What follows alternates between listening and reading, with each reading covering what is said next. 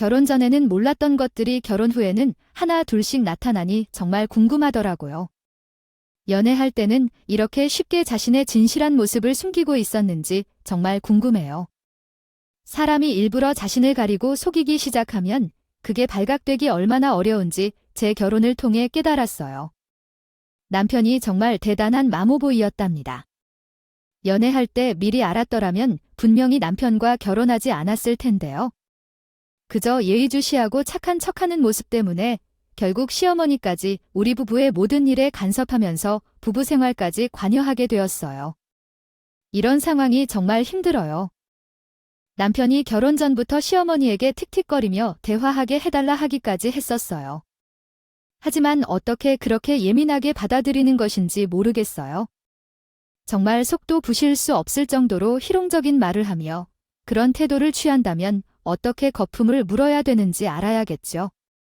아무리 많은 충고를 해도 마음을 움켜쥐진 못했어요. 결국 그것이 모두 쟤를 속이기 위한 꾸미기에 지나지 않았다는 것을 알게 되니까 정말 소름 돋았어요. 얼마나 시어머니한테 틱틱거린 말이나 예민한 모습이 제가 얼마나 기분 나쁘게 만들었을지 상상도 못하겠어요. 그리고 절대 시어머니한테 그렇게 하는 행동을 지속하지 말라고 강하게 경고했고요. 그 여성은 결혼 후 남편이 변화한 모습에 놀랐다. 남편은 시어머니에게 의지하는 행동을 자주 보여주었고 결혼 전에는 가족을 잘 챙기는 효자로 보였었지만 결혼 후에는 모든 일에 시어머니에게 말하는 것을 습관화했다. 이에 대해 그녀는 남편을 비웃으며 이야기를 전달했다. 어머님께서는 나를 어떻게 생각하실지 모르겠어요. 제 태도가 부족해서 그런 것 같아요. 정말 우리 남편은 마마보이라는 말을 정말 싫어했어요. 시어머니는 우리 부부를 너무 많이 감시하는 것 같아서 스트레스 받았어요. 아침에 무엇을 먹었는지, 몇 시에 잤는지 모든 걸 다 알아서 신혼생활을 제대로 할 수 있었을까요? 하지만 이런 상황에서 이혼을 한 사람을 본 적이 없어서 저는 개봉정치라도 해서 이 문제를 해결하고자 했어요. 이런 사람은 정말 쓰레기인데 그때는 모르고 있었다는 것이 지금 생각하면 시간 낭비였다고 생각해요. 우리 남편은 하나의 취미가 있었어요. 담배를 오래 피웠다가 결심해서 끊었어요. 담배 관련해서 말씀드릴 것이 많은데 왠지 모르게 놀랍네요. 연애할 때 담배를 끊으라고 해도 안 듣더니 시어머니가 담배를 끊으라고 하니까 바로 끊었어요. 이제 결혼도 했으니 애 가을 생각을 하라는 말이 옳을 것 같아요. 요즘 담배는 아이들을 기형으로 만든다고 해서 큰 역할을 한다고 하더라고요. 몸에도 좋지 않은데 그래서 금연이 좋다고 해요. 아이를 위해서도 우리 아들이 담배를 끊을 수 있을 거라고 믿어요. 그 한마디에 바로 끊어버리네요. 이렇게 결심이 강한 사람이라니 정말 대단하다고 생각해요. 사람들은 결혼을 한 다음 담배를 끊으면 좋은 선택을 한다고 생각합니다. 그러나 내 남편은 담배를 끊어서 돈이 쌓여서 좋은 것 같습니다. 하지만 그는 재치 있게 복권을 사서 긁기 시작했습니다. 그래서 나는 왜 그가 매번 극복권을 사는지 이해할 수 없었습니다. 나는 로또를 하는 게 더 낫지 않냐고 생각했습니다. 하지만 그는 즐길 취미로 복권을 사고 긁는다고 말했습니다. 나는 그의 취미로 복권을 긁는 것에 짜증이 나서 몰래 하게 했습니다. 그런데 어느 날 남편이 다시 복권을 사고 긁기 시작해서 또 짜증이 나게 했습니다. 정말 이해할 수 없는 상황이라고 생각했습니다. 그 꼴을 보고 잔소리를 하려고 청소를 하던 중 일어서 허리춤에 팔을 떡하니 울렸다. 그러자 남편이 나를 힐금 쳐다보며 말했다. 아이, 이번이 진짜 마지막이야. 나도 이제 그냥 복권에 돈을 쓰는 것이 아깝기 때문에 이제 그만둘 생각이야. 그니까 딱 한 번만 마지막이다 생각하고 긁을 테니까 잔소리 하지 말아줘. 큰 소리로 한숨을 쉬고 잔소리하지 말라고 한 남편의 말에 내가 다음에 눈에 띄면 그때 실컷 퍼부어 줄 것을 다짐하며 청소를 계속했다. 그런데 여러분들도 알다시피 복권을 해본 사람들은 긁으면 은박지 부스러기가 떨어진다. 청소를 하고 집안일을 하던 중 그 부스러기들을 모아두는 것을 생각하지 않아서 바닥으로 후후 불어 떨어뜨린다. 이런 모습은 참을 수 없다 싶어 남편 쪽으로 갔다. 그러자 남편이 눈이 동태 눈깔이 되어 한 복권을 뚫어지게 바라보며 멍하니 있었다. 이 인간이 왜 이렇게 되었지? 라는 생각으로 남편을 손뼉치며 불러보기도 했지만 그가 망부석처럼 굳어버렸다. 눈앞의 복권을 자세히 살펴보니 세상 일이란 그렇게 깔맞게 이루어질 수도 있구나 싶었다.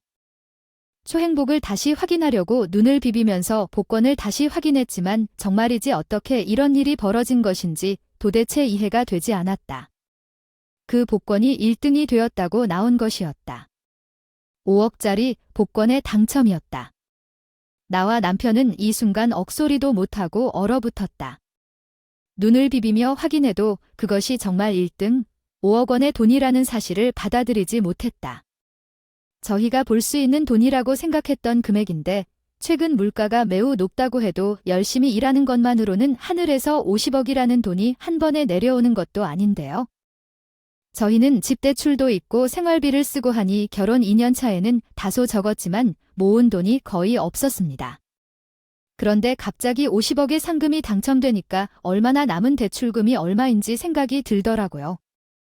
남편과 함께 1분 동안도 아무 소리 없이 있었다가 갑자기 소리를 질렀어요. 정말 꿈인지 현실인지 모르겠는데 그 시점에서의 기분은 말로 표현할 수 없이 좋았어요. 지금 다시 생각해도 그때의 감정은 매우 강렬했고 심장이 엄청 빨리 뛰는 느낌이었습니다. 못 참는 마음으로 소리를 질러 아래층에서 항의를 받게 되었지만 그렇게 중요한 사건이라 무시할 수 없었어요. 복권 1등 50억인데 실제인 것 같으면서도 꿈 같아서 소름이 돋았고 남편과 함께 눈물까지 흘렸습니다. 이게 현실인지 꿈인지 모르니 말들이 머릿속에서 넘쳐나고 무엇을 말해야 할지 몰라서 소름이 돋았어요. 이런 운을 가지고 태어난 것이 믿어지지 않고 당첨 1등으로 50억을 받는다는 생각에 현실감을 느끼지 못해 어떻게 해야 할지 모르겠습니다. 이런 행운이 내게 찾아왔다는 생각에 눈물이 납니다. 컷을 해야겠어요. 너무 소름 끼친다. 지금 이대로면 우리 대출금도 갚을 수 있겠지? 아이도 나와서 키울 생각을 해도 되겠어. 요즘에는 아이 키우는데 도착 비용만 몇 억 든다고 하잖아. 나도 걱정했었어. 그래서 대출 근기세 갚아버려도 이제 우리 살림에 여유가 생기겠지? 우리 살림에 대출금만 들어가는 구멍이 많아서 아이 키울 생각도 못했잖아. 너가 담배를 끊으니까 이런 일이 다 생기는 거야? 정말 고마워. 우리 대출금은 얼마나 남았지? 왜 엄마한테 이야기하고 싶어 할까? 하지만 이 집에서 아이 둘까지 키우는데 부족함 없을걸. 방이 3개는 하지만 작은 방이 많이 작아. 우리 이사를 가야 하나? 아이 둘 키우면 더 힘들 것 같은데? 돈이 더 필요하잖아. 아직 아이가 없어도 두 번째 생각은 하지 말고 눈앞 숙제를 먼저 해결해야 해. 나는 정말 할 일이 많아.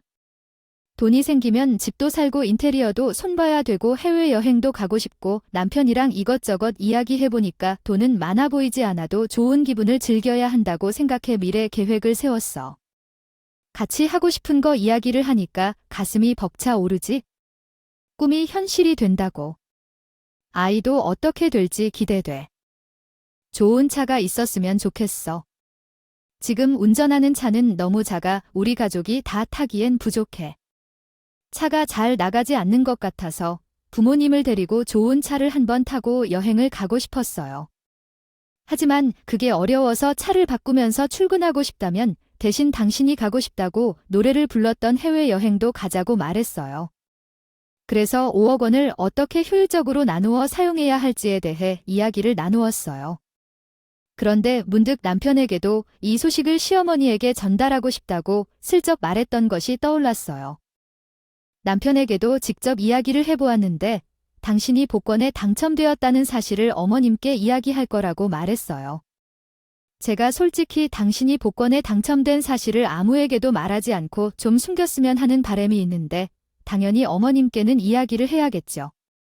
다른 사람들에게는 숨겨도 우리 엄마께는 절대로 숨기면 안 된다고 생각해요. 어머님이 돈을 나눠달라고 하실까봐 걱정하고 있었어요. 어머님도 현재 생활이 어려우시다고 말씀하셨거든요. 나누지 않을 것 같지만 돈 문제는 나중에 다시 생각해도 늦지 않아요.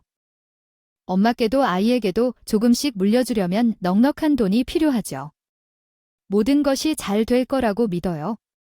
남편이 돈을 나눌 것 같지는 않지만 그건 그렇고 돈을 나누는 문제는 나중에 생각해도 늦지 않아요. 처음부터 모든 것을 다 하려 하지 말고 여유롭게 생각해봐요.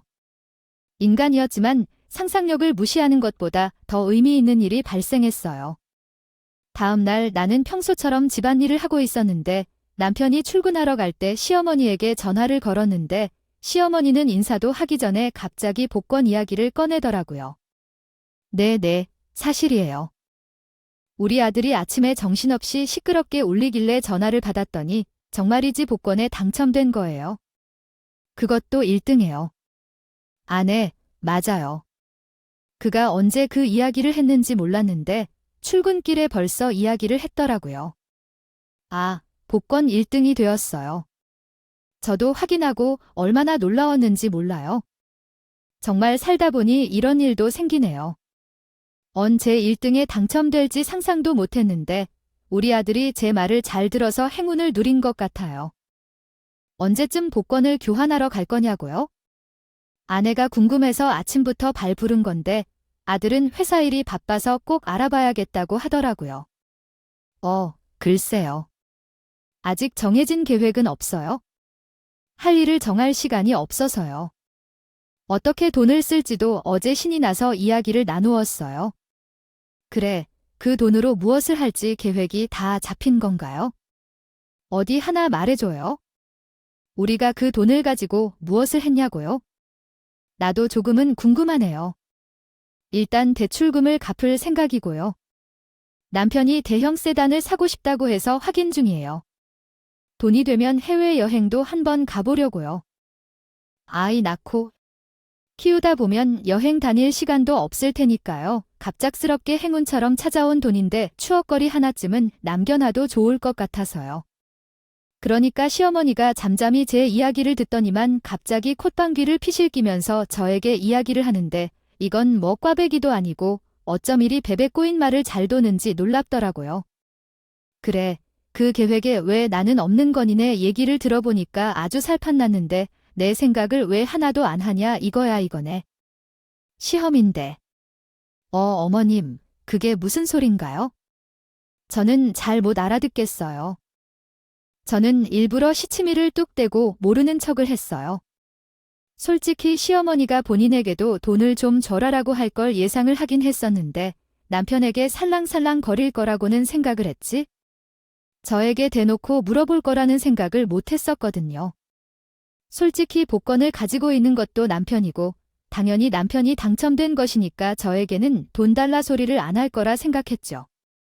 제가 시치미를 떼니까 시어머니가 기가 막히다는 듯이 저에게 꾸지람을 확 뱉어버리시고 그 계획에 왜 나는 없냐고 말이다.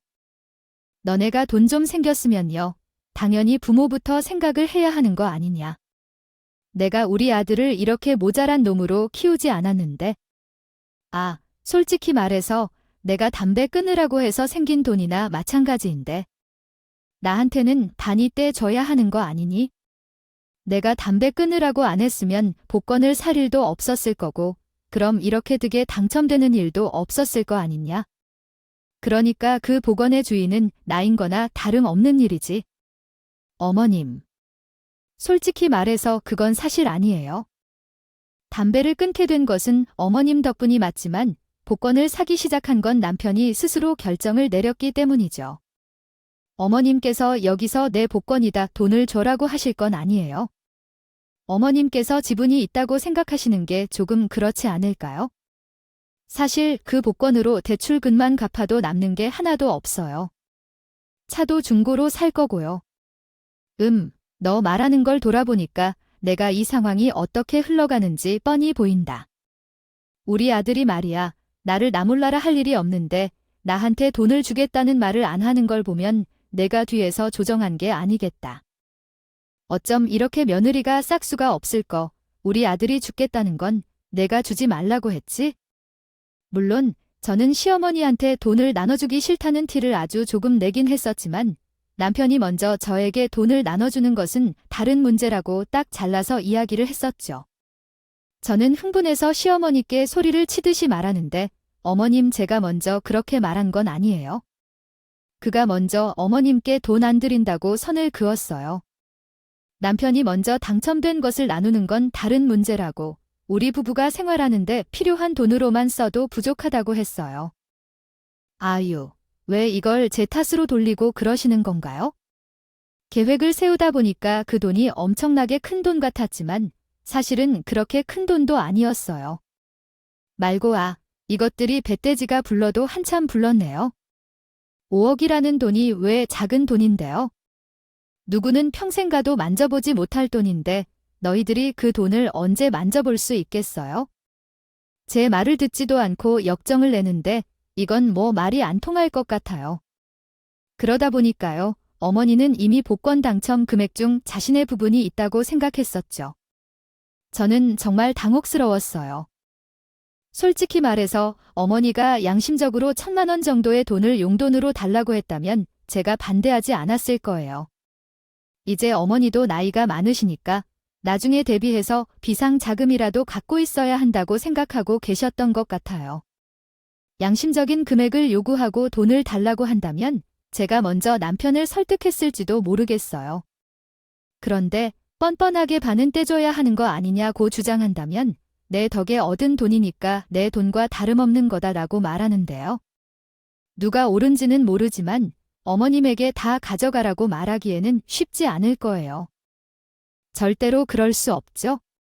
우리 부부도 그 돈이 큰 돈이라고 생각하고 계획을 세워야 하는데 요즘 물가가 그리 감정 있지 않아요. 이해해 주셨으면 좋겠어요. 부모님은 항상 자식들이 잘 되길 바라는 마음으로 행동하시잖아요. 대화를 통해 상황을 해결하려고 노력하는 게 중요한 것 같아요. 부탁드려요. 의심이 생기면 나를 붙잡는 게 아니라 남편을 붙잡고 말해야지. 행동이 너와 똑같은 것 같아. 아들이 그런 말을 했다면 그것은 미끼일 거야. 나는 정말 이게 너무 힘들어. 어차피 복권에 당첨됐으니 잔치라도 열어보자. 너에게 대접받을 자격이 있으니까 마음이 푼다. 내가 좋아하는 비싼 음식들로 잔치상을 차려봐. 외식을 하는 건 어때? 외식이 더 편하겠지? 내가 고생시키려는 게 아니라고. 상부러져서 잔치상을 차리는 것이 고생이라고? 너는 정말 마음이 딱딱한 사람이야. 왜 그게 고생일까? 예전에 시부모를 모시면서 매일 그런 밥상을 차렸었어. 그것이 며느리의 덕이었어. 돈을 나눠줄 필요 없으면 내가 제대로 먹기나 해야지. 완전 상단 막힌 상태로 이런 말을 하는군. 왜 이게 고생이야? 시어머니를 모시면서 주인 행세하고 그랬다 하면서 상 한 번 차려봐라.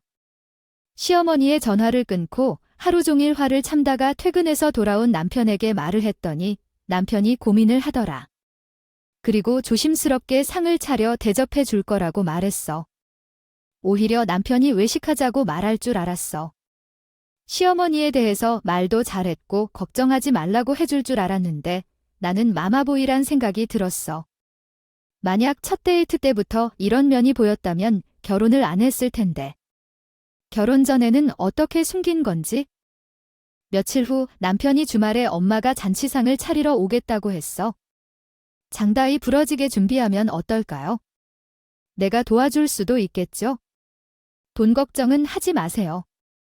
먼저 알겠다고 말하고 주말을 위해 마트에 가서 좋은 식재료를 골라왔어요. 미리 음식을 준비했고 갈비찜을 만들었어요. 시어머니가 좋아하니까 정성스럽게 만들었죠. 시간 가는 줄 모르게 정말 즐거웠어요. 그리고 기다리던 주말이 왔어요. 시어머니가 집에 왔을 때 조금 놀랐어요. 털코트를 입고 이상하게 행동해서 웃음이 났어요. 어떻게 11월 중순에 털코트를 입나요? 코트는 드라마에서 본 털코트 같았어요. 이해가 안 가요. 어디서 사신 거예요? 11월 중순에 그 코트는 더워 보이네요. 관절이 약해서 따뜻하다며 입었다는데요. 제가 그렇게 참견하지는 않았어요. 두 곳에 일어난 일이 충격적이었어요. 우선 앉아있긴 했는데 그들이 거실에서 털이 쏙 나는 것 같은 기분이 들었어요. 어쨌든 차려놓은 잔치상을 한번 볼 때 시어머니가 짚은 젓가락으로 만든 갈비찜을 집어 먹어보더니 조그만 살을 따라 하고 있었어요. 그런 다음 웃음을 철자고 지어보면 딱 돼지 같다고지. 이 갈비찜은 돼지고 우리 어머님은 돼지 갈비찜을 좋아하시잖아요. 소 갈비찜도 맛있지만 갈비찜은 원래 돼지로 만들어야 하잖아요. 그래서 나도 일부러 어머님을 위해 좋아하시는 돼지로 준비했는데 왜 마음에 안 드시는지 모르겠어요. 내 입으로 들어가는지 아깝다고 해서 돼지 갈비찜을 준 것인데 나도 당연히 소를 더 좋아한다. 너는 나를 무시하는 게 아니야? 어떻게 대접할 거라고 생각 없이 돼지를 들고 왔네. 숟가락을 내려놓고 이야기를 하는데 웃으면서 화를 쏘다니 정말 충격적이었어요. 남편이 일을 도울 거라고 말했는데 아무것도 도우지 않았어요. 그때 어떻게든 그들을 막아야 했어요. 형편없이 구경하고 있더니 누가 나를 막아 희액을 치지 않아. 5억 원짜리 로또에 당첨되자 정말로 돈을 아끼는 게 무슨 이유일까요? 내 집으로 들어가는 돈이 아깝다고 이거야? 정말 어이가 없어요. 그 다음에 제가 정성 들여 차려놓은 상차림이 있어도 원래 갈비찜은 함께 만들었어요. 돼지고기가 소고기보다 더 야들야들하고 맛있다는 말이 있죠. 아마도 소고기가 비싸서 그렇게 준비하지 않았겠죠. 돼지고기가 더 맛있으니까 그런 선택을 한 거겠죠. 소고기와 돼지고기의 가격 차이도 크지 않았을 텐데요. 얼마나 강인한 내 치아가 있는데도 소 갈비도 잘 뜯을 수 있을 텐데 이건 나를 무시하는 행동으로 보여요. 그 먹이는 노인 내 입장을 가져 기분이 더럽더군요. 반찬이 뭐냐? 얘야, 산에 밀을 당겨 차린다면 어디서 비싼 보리굴비라도 제공해야겠어요. 게장 같은 것도 살 수 있어야 했는데 왜 나물만 나오를까요? 전복구이는 없니? 내가 좋아하는 거를 알면서도 하나하나의 반찬을 트집을 잡는 건 과하다 싶었어요. 가관이 아는 말이 이런 거라 생각되더라고요. 남편은 돈을 세심하게 다룬다. 그렇지만 왜 나를 놀릴까요? 그것을 이해할 수 없을 정도로 화가 났어요. 그때 시어머니가 들고 온 가방을 열었죠. 하지만 그 가방도 처음 본 것이었어요. 그 가방 앞면에 큰 로고가 박혀 있었죠. 모든 사람이 한눈에 알아볼 수 있는 아주 비싼 명품 로고였어요. 그 순간 저는 불안한 마음이 들었어요. 시어머니가 입고 오신 털 코트도 비슷했어요. 명품 가방도였고 명품 중에서도 아주 비싼 브랜드였죠. 어머니의 명품 가방. 그리고 그 명품의 명품은 진짜 모피 제작이었어요. 그 털이 윤기를 띄었죠. 이 모든 것이 한 프라즈를 완성해 주었어요. 어디에서 샀어요? 그러면서 의도적으로 남편의 얼굴을 흘겨보니 남편이 갑자기 찌르는 소리를 내네요. 순간 직감하게 됐죠. 이 모든 것들을 남편이 시어머니를 위해 선물한 것들이고 자식이 나에겐 절대 주지 않겠다고 선을 따박히 그어놓고 시어머니에게 돈을 줬다고 하네요. 그런데 진짜 과거는 지금부터였어요. 시어머니가 명품 가방 속에서 서류 한 장을 꺼내어 내게 던지는데 무슨 소리인지 알았더니 이혼 소장이었죠. 그 서류를 받고 놀라서 웃음이 터져나오더라고요. 제 이름과 남편의 이름이 함께 적혀있는 이혼장이었고 남편은 내 눈을 아예 피하려 했어요. 그 두 모자가 나를 속이고 준비한 것을 알게 됐죠. 제가 눈이 있어서 이혼 서류인 건 알겠는데 여기에 왜 내 이름이 적혀 있는지요?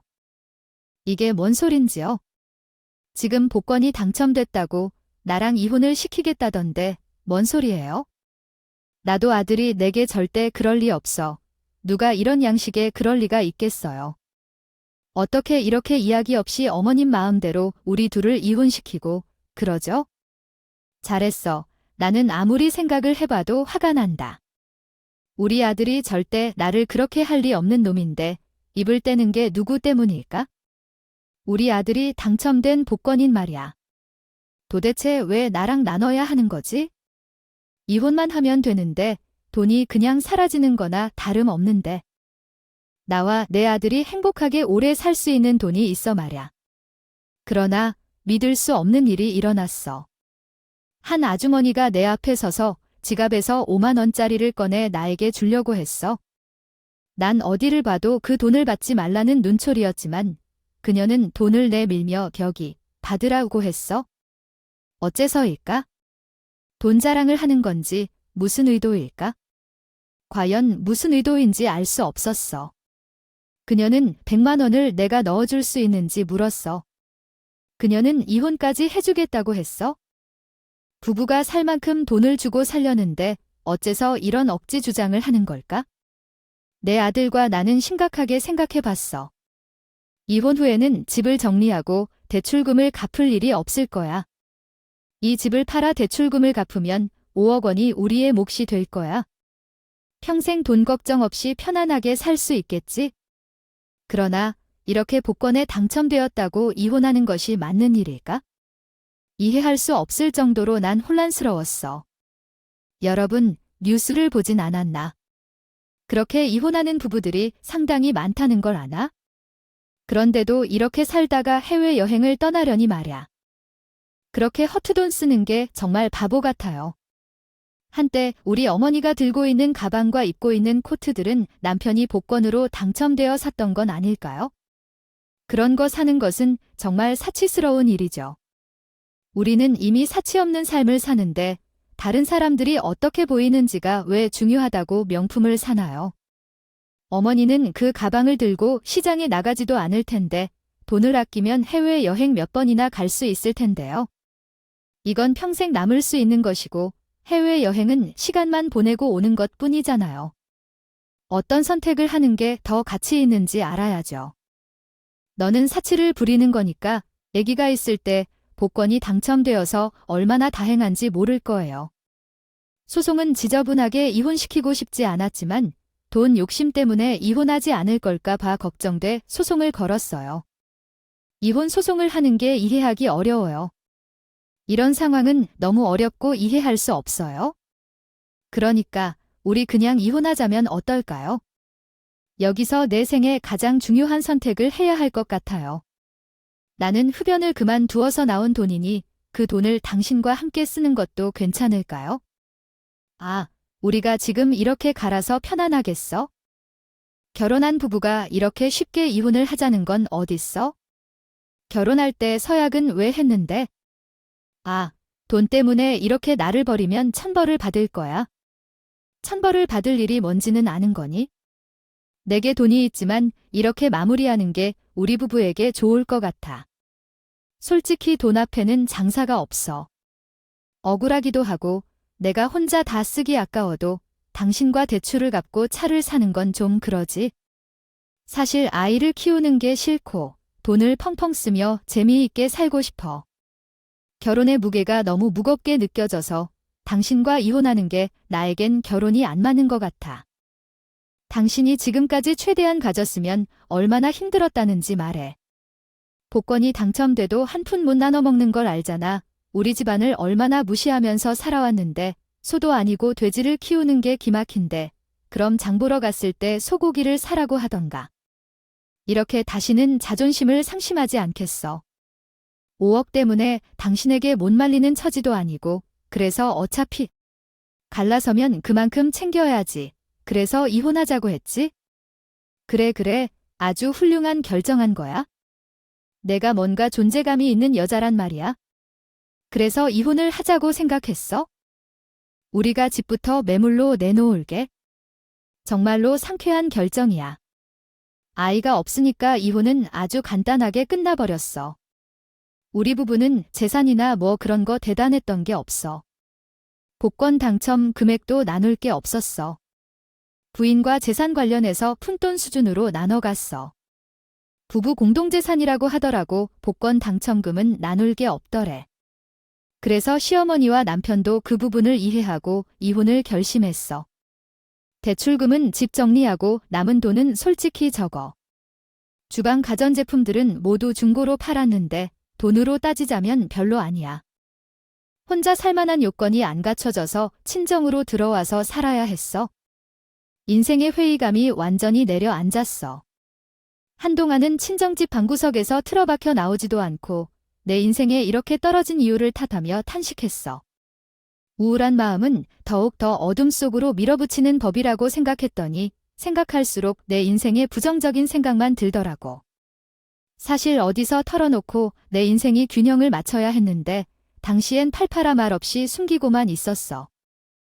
남편이 복권 당첨되어서 이혼을 하자 했지만 아이 말은 어때? 인간이 정신을 잃지 않고 말할 수 있을까요? 결론적으로 제가 복권에게 못 미치는 사람이라고 생각하는데 죽어도 말하지 못할 거예요. 집을 나가지 않고 친정집에서 기생생활을 시작한 이후 대략 1년이 지나면서 저희 부모님은 더 이상 관여할 수 없다고 생각하셨습니다. 어디든 나가라고 말씀하시는데 저는 그냥 집에서 쉬고 싶어요. 더 자고 싶고 나가기 귀찮으니까 눕겠어요. 하루 종일 그렇게 누워서 인생에 대해 생각하기만 하다 보면 우울해진 마음도 사라질 거예요. 그대로 머물면 집에서 쫓겨나게 될 거예요. 친정집에서 쫓겨나면 정말 어디로 가야 할지 모르기 때문에 부모님의 손을 잡고 나가야 했어요. 전시회나 공연을 보러 다니기도 하고 했지만 별로 흥미를 갖지 못해서 부모님은 더욱 답답해했어요. 그 망할 것들은 돈을 푸다 쓰고 잘 살고 있을 텐데 너는 언제까지 저렇게 허술하게 살 거예요. 함께 교회 봉사나 따라 다니거나 하세요. 친정 어머니가 교회를 다니시는데 거기 집사들이 봉사를 많이 하셨어요.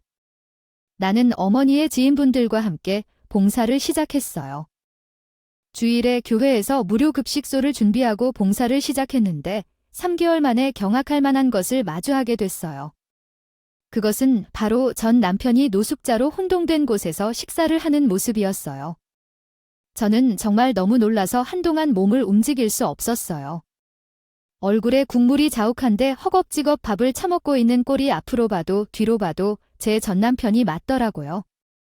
제가 놀라서 다가가서 당신 여기서 뭐 하고 있어? 하고 말을 걸었더니 만밥그릇에 코를 박고 밥을 먹고 있다가 저를 보고 놀래서는 헛소리를 내뱉더니 당신 왜 이런 꼴로 여기 있냐고. 복권에 당첨되어서 돈 다 받았잖아. 떵떵거리면서 돈 펑펑 쓰고 잘 살 줄 알았더니 무료 급식소에서 거짓골을 하고 공짜 밥을 먹고 있어? 왜 그렇게 물어보니까 서둘러서 먹던 밥도 내팽개치고 도망을 가는데 순간 저는 저 인간이 저렇게 달리기를 잘했나 싶은 생각이 들더라고요. 너무 빨리 도망을 가버리니까 저는 놀래서 쫓아갈 생각도 못하고 전 남편이 두고 간 밥그릇이나 치워져. 그 뒤로 한 몇 주 정도 안 보이더니 어느 날 또 나타났더라. 눈치를 보는 건지 뭔지 고개를 푹 숙이고 밥을 먹고 있길래 제가 다가갔죠. 저도 성격이 궁금한 건 또 못 참는 성격이라 물어보고 싶은 게 많았거든요. 이제 말을 좀 해봐. 그 돈 다 어쩌고 여기서 이 모양으로 있냐고. 밥을 먹을 때는 걔도 안 건드린다고 하잖아. 밥만 먹고 나서 이야기하자. 나 배고파 그러더니만 밥을 2번이나 덮어서 먹더라고요. 밥 다 먹고 배가 불러서 말할 힘이 나는지 입으려는데 정말 충격적인 말을 뱉기 시작했어.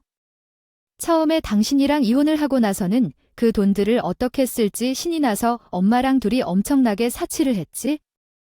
차도 새로 사고 명품 쇼핑도 하고 그러다 보니까 회사에서 받는 스트레스가 견디기 힘들어서 일도 트랜스포엄드. 돈으로 인해 이혼을 맞이한 여자의 이야기를 들려드리겠습니다.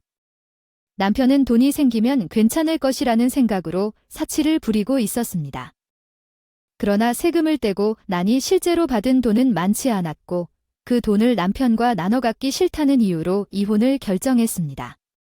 돈을 쓰며 눈에 보이게 줄어든다는 걸 느낀 여자는 사업을 시도하기로 했습니다.